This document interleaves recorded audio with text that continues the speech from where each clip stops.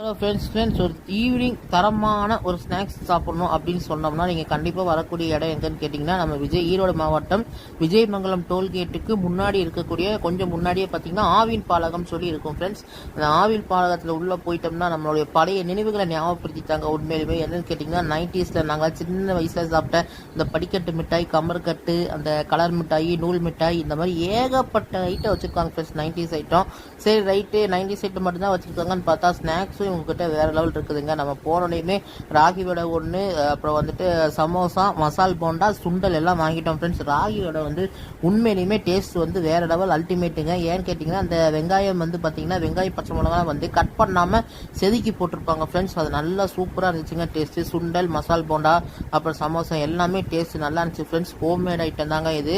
நீங்கள் கண்டிப்பாக இங்கே வந்தீங்கன்னா இங்கே ட்ரை பண்ணுங்கள். ட்ரை பண்ணி டேஸ்ட் எப்படி இருக்குது கமெண்ட் பண்ணுங்கள். இந்த வீடியோ பிடிச்சிருந்துச்சுன்னா சப்ஸ்கிரைப் பண்ணுங்கள், லைக் பண்ணுங்கள்.